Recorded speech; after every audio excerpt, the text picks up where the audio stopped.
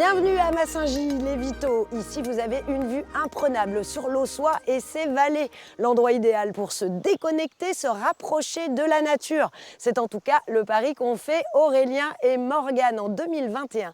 Ils ont décidé de créer un site d'écotourisme ici. 3 ans plus tard, 3 lodges sont sortis de terre. Je vous propose d'aller les voir.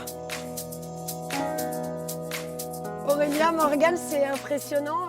L'idée, c'était ça, avoir quelque chose qui a l'air hyper confortable au milieu de la nature. C'était le défi, voilà. On voulait quelque chose qui soit à la fois qu'on se sente comme chez soi, voire même encore mieux, tout en étant en pleine nature, face à la vue, au milieu de nulle part.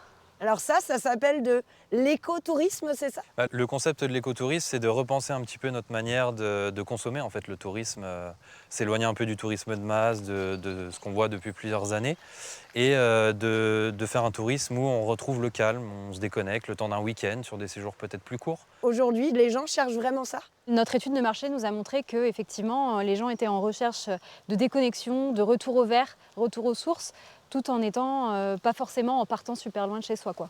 Qu'est-ce qui vous a plu ici? On a trouvé le terrain un peu par hasard, on a eu le coup de cœur en visitant et en voyant la vue sur la vallée, tout le potentiel de la falaise, et on s'est dit go. Voilà.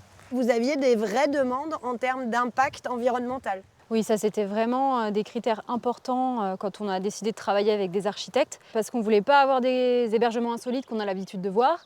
C'est vraiment des créations uniques qui s'intègrent dans l'environnement. Donc comme vous pouvez le voir, le bardage extérieur il est peint en vert. C'est vrai qu'on n'en voit pas beaucoup dans le coin ou même en France. L'idée c'était voilà, de ne pas dénaturer les lieux tout en le mettant en avant ce lieu, parce qu'on a plein d'autres projets d'embellissement des espaces verts qui sont dans les clous pour la suite. C'est ça, donc là on est sur la première phase avec ces hébergements. Après on imagine un gros bâtiment qui a déjà été dessiné d'accueil où on retrouvera petite épicerie, petit coin séminaire pour des brunchs, etc. Et l'autre phase, ce sera la création de nouveaux hébergements insolites pour avoir une offre la plus complète possible sur le terrain. Bon, bah merci. Moi, je vous abandonne sous la pluie, je vais aller voir l'architecte. Ouais. Emmanuel, vous êtes l'architecte de ces cabanes.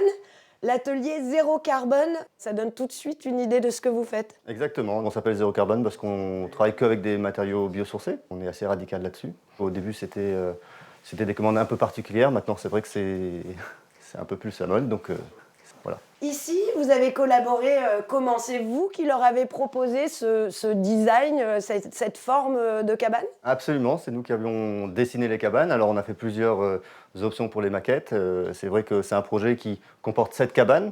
On est dans une des 7 cabanes. Nous, on aime bien s'inspirer de la nature pour tout ce qui est cabane et choses un peu insolites, on va dire, dans la nature.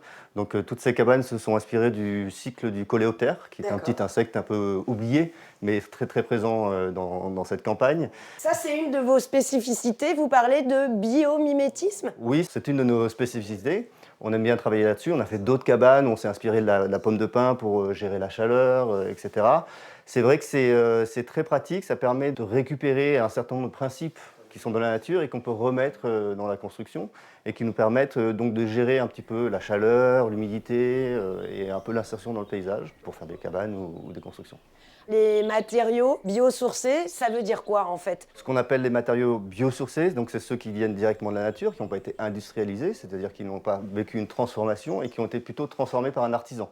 Donc c'est vrai qu'on travaille beaucoup avec le tissu local, les artisans qui sont sur place. On va travailler le bois sous toutes ses formes, on va essayer d'utiliser le moins de béton possible, le moins de matériaux, on va dire, issus de la pétrochimie.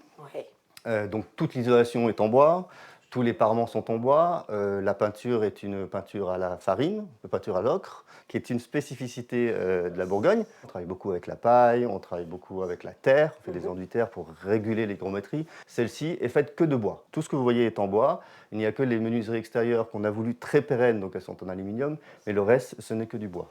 Sur ce genre de projet, on se dit, si on veut être entre guillemets propre, c'est plus cher. Ça, c'est pas forcément le cas, parce qu'on arrive à avoir des économies de matière et de marge, on va dire.